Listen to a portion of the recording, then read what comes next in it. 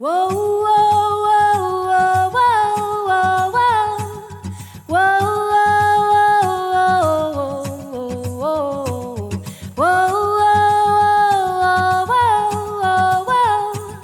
whoa. Good evening, everyone, and welcome to Property Focus. What a vibrant atmosphere we have lined up for you today, filled with energy, passion, and inspiration.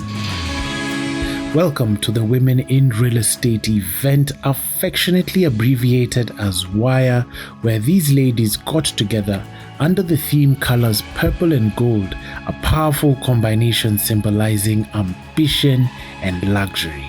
Without further ado, welcome to the show.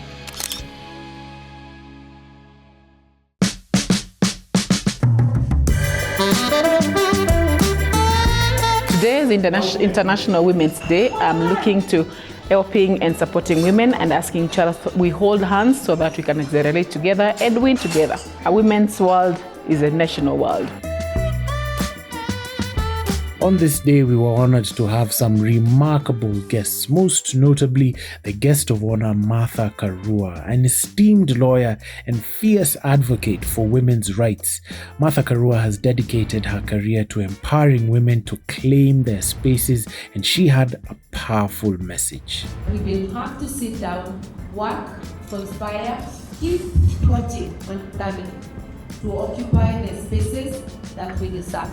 And we'll do it in our name, in the name of our daughters, in the name of our sisters, in the name of our grandchildren, and in the name of humanity. Because wherever you have women participating fully, society advances. The message was clear today. Martha Karua said it, is that we need to take up our spaces and we need to be thriving in the built environment as women. My name is Diana Musioka. I'm a quantity surveyor and a member of AAK and the current honorary registrar.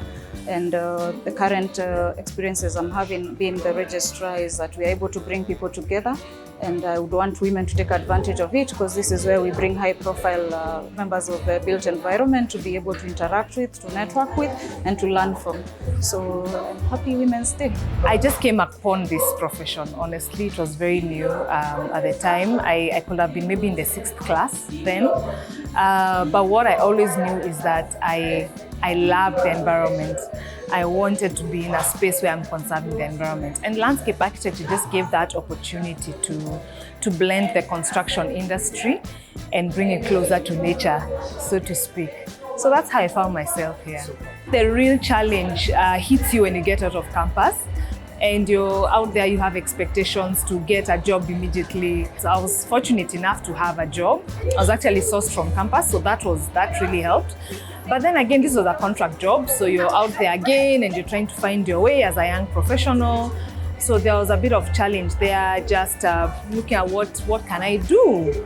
We are a developing country, we still haven't fully appreciated landscape architecture like perhaps it's been appreciated in the developed world. Access to financing is definitely a challenge. You don't have the skills you need to get into entrepreneurship at that point. So I'll say those are the biggest challenges. When I was in college, we only had one lady lecturer, which was Dr. Susan Kibue.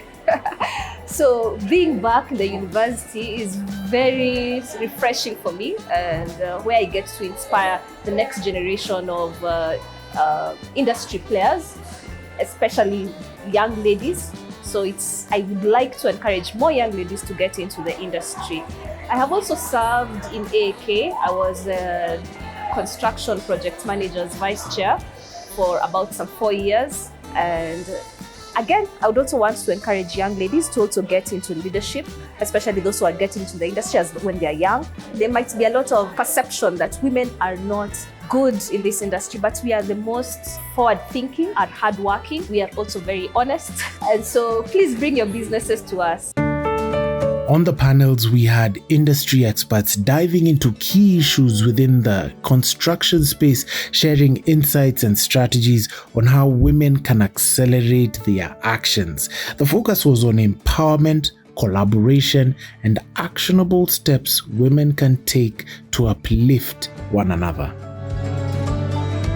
I'm a quantity surveyor. and a director at Amazon Consultants Limited doing construction cost management. My mother inspired me to join the industry. She was not a professional in the industry, but she dealt with them because she used to work at AAK, and so she introduced me to these professions and what they do, and she'd always tell us what they're doing, and I chose quantity surveying out of the many professions. We need to take up our space. We're not invading anything. This is our space. We have ideas, we can lead, others can follow, and we can form partnerships to build Kenya's future to a greater space. I've been leading and working in Byron Kenya for now getting into my 11th year, and in the capacity of CEO for 7 years, going into number 8. Inspiration started my career at Byron Kenya as their marketing manager, just doing a lot of traditional marketing and really getting into digitizing the real estate space and getting buyers and sellers to transact online and bringing that into the market, technology and transparency. It's been an exciting journey, and I'm really grateful to the co-founder of Byron Kenya, Jamie Pajara, who actually have made me take up this position and join the startup. And it has been an exciting and amazing journey in the tech space and really bringing out prop tech. And I think as women, we need to uplift other women in the industry in sharing our experiences and our journeys. Mine has been very exciting and also a blessed one, if I might add. And what has made me get here is to actually bring down the barriers by walking into the boardrooms, presenting to people, studying all about real estate, learning to interact with peers in the industry, joining associations like WIRE, Women in Real Estate, Kenya Property Development Association, being in a lot of panel discussions and webinars, and bringing out the thought leadership in this role. I do falter from time to time because sometimes I find myself spending more time behind my computer.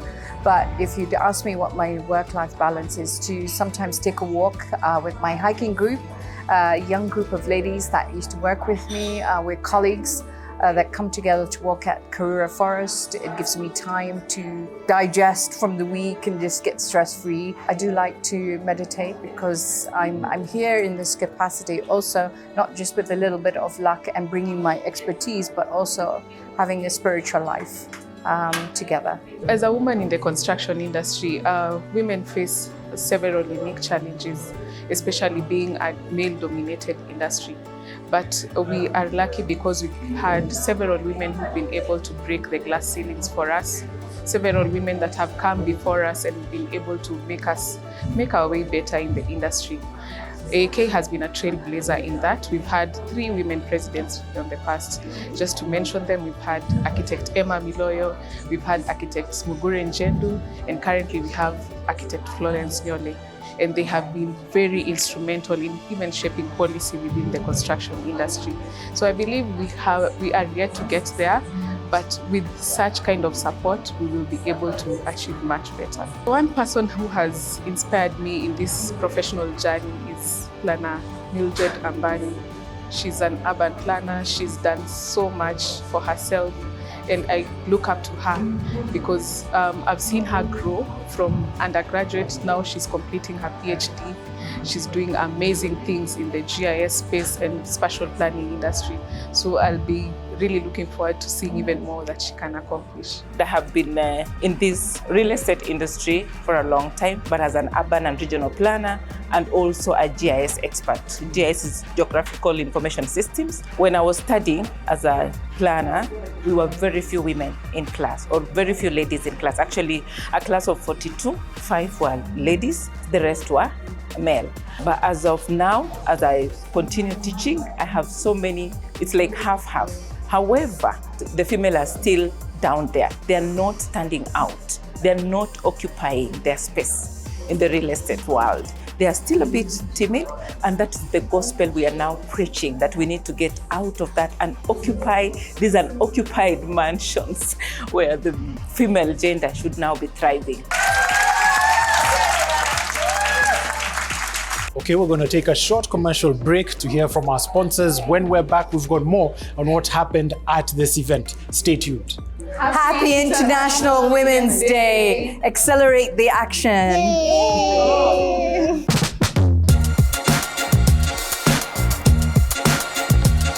As your host on this particular day, I, Peter, am truly grateful to be part of this incredible celebration of women in real estate. Our commitment as He for She supporters is to ensure our spaces are inclusive and equitable. You could feel the electric atmosphere as women connected, shared their experiences, and forged new partnerships. It was truly a sight to see women standing together, determined to grow and succeed in the construction and real estate industry. My name is Irene Gutu. I'm an architect by profession, and I'm also the outgoing chair of the Interior Designers chapter of the Architectural Association of Kenya, and I'm a founder member of the Architects Alliance. The first thing I would like to tell anybody, any lady who wants to become an architect, forget about sleep. This is a profession that has no respect, has no boundaries where sleep is concerned. And I'm sure anybody in the design sphere knows that already. A lot of the time people think that architecture is science. But when they come to the School of Architecture, when they go to the School of Architecture, they're surprised that science is very secondary to the curriculum. It is an art.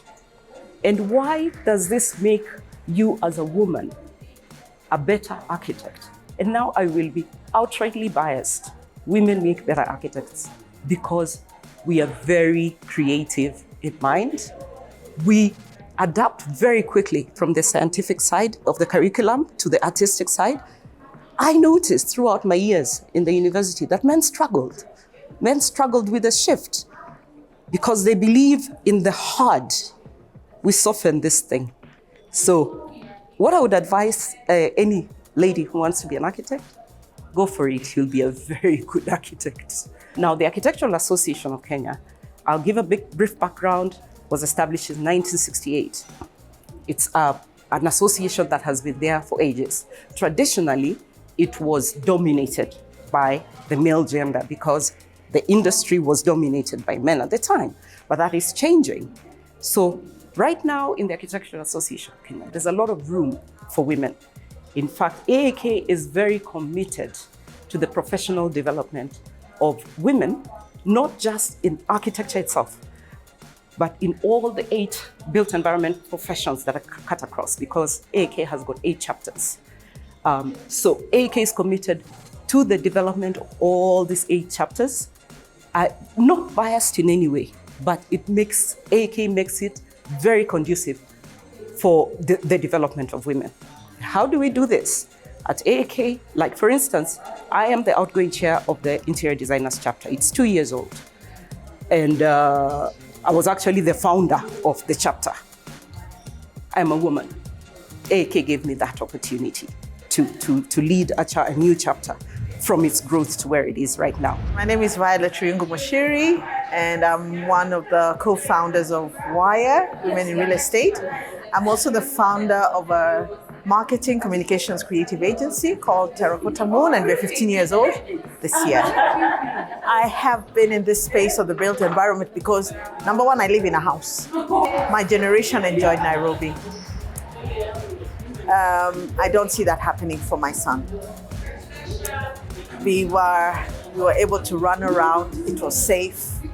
There were many open places. The rivers were clean. We used to fish in Nairobi Dam, but there's a lot of work that we can do to correct it. I don't know where the notion that everybody should be squeezed in a particular precinct came from, because I think if you fly over Africa, you actually realize it's a dark continent. It's very unoccupied and very undeveloped. Now, on women in the built environment, wow, my fellow co-founders of WIRE, Robin, Emerson, Emma Miloyo, Jennifer Musimi, Diana Musioka, Nancy Modoni, Diane Calloway. I mean, we've set legacy. We've set legacy. On the younger leadership, I really commend the Secretariat for what they've been able to do under the stewardship of Sarah Rose. I know it's not easy. It's never easy, but you walk through the tears. You walk through the blood, sweat, and tears. How do you do that? How have you been able to navigate that? Is that you know that with time, you get to realize that you just always have to keep your eye on the prize no matter what. The challenges will be there. Sometimes you will not know what to do, but when you ask for help, if you have good mentors and a good support circle, when you're running a business or you're in a community, and especially this one of women in the built environment, then things work. I wish questions would be asked of mothers, sisters, women before a building is put up. Because most women are asking, where will my children play? There is no grass, even for your pets. You know your pets need grass? We all need green. I wish we could be included in the beginning of, before you destroy that nice bungalow that was standing somewhere and do pillar to pillar development. It's painful to see. We are your mothers, we're your aunties, we're your sisters, we're your colleagues. Ask for our opinion and take it as gospel truth, because we are the ones who are left at home raising children. You know, a home is very important for a woman. It's not just, it's beginning to look like now home is just a place you go, you put your head down, wake up in the morning and go to work. It's not a place you live in. It's a place where you go to sleep. That's how it feels like. That's how Nairobi is feeling like for me. Let's work together and just fix and develop outward this space. Well, how I'm currently navigating in this space is through support, through mentorship, through the decisions we've made as an organization. Our organization, one of our CEOs for Grit is a female, so it feels familiar to be a woman in the space. But how that translates for me is that in my role as the head of region, it then allows me to empower other women in their different areas of their expertise. So what I would recommend, or what I would challenge other women to do, is to encourage other women, to support the other women that are around you, that are in the different sectors of the built environment, and also to create those spaces. And that's, I think, the most important thing at the moment, is create those spaces and create those opportunities, because now is the action time. My story is completely out of the ordinary. I actually was destined to be a chartered accountant, and then I dropped out just to study construction management, not because I saw it somewhere, but I was just inspired in the sense that these are the buildings that we're going to spend a lot of time in. I want to be part of the industry that actually builds these buildings that we're going to spend all our hours of the day in. So whether there was one particular person who inspired me to get into that space, I don't really have one. But as I grew into the industry, there are so many people that inspired me not only to excel in the space, but to grow in the space. Naturally, majority of them are men, but I'm hoping that now that some of us are in the space, that we can have women leaders who can inspire and encourage other women to be in the space. Since childhood, I wanted something to do with outdoors. I'm not somebody who stays so much in the office space, so I needed something that I'll be able to interact with on the outdoor space. So I think that's why I chose the profession of landscape architecture. Being a woman in the industry, there are a lot of challenges, especially when it comes to competition in terms of payment. When you get to clients, they feel like they don't pay what you're worth, because they're looking at you like a woman.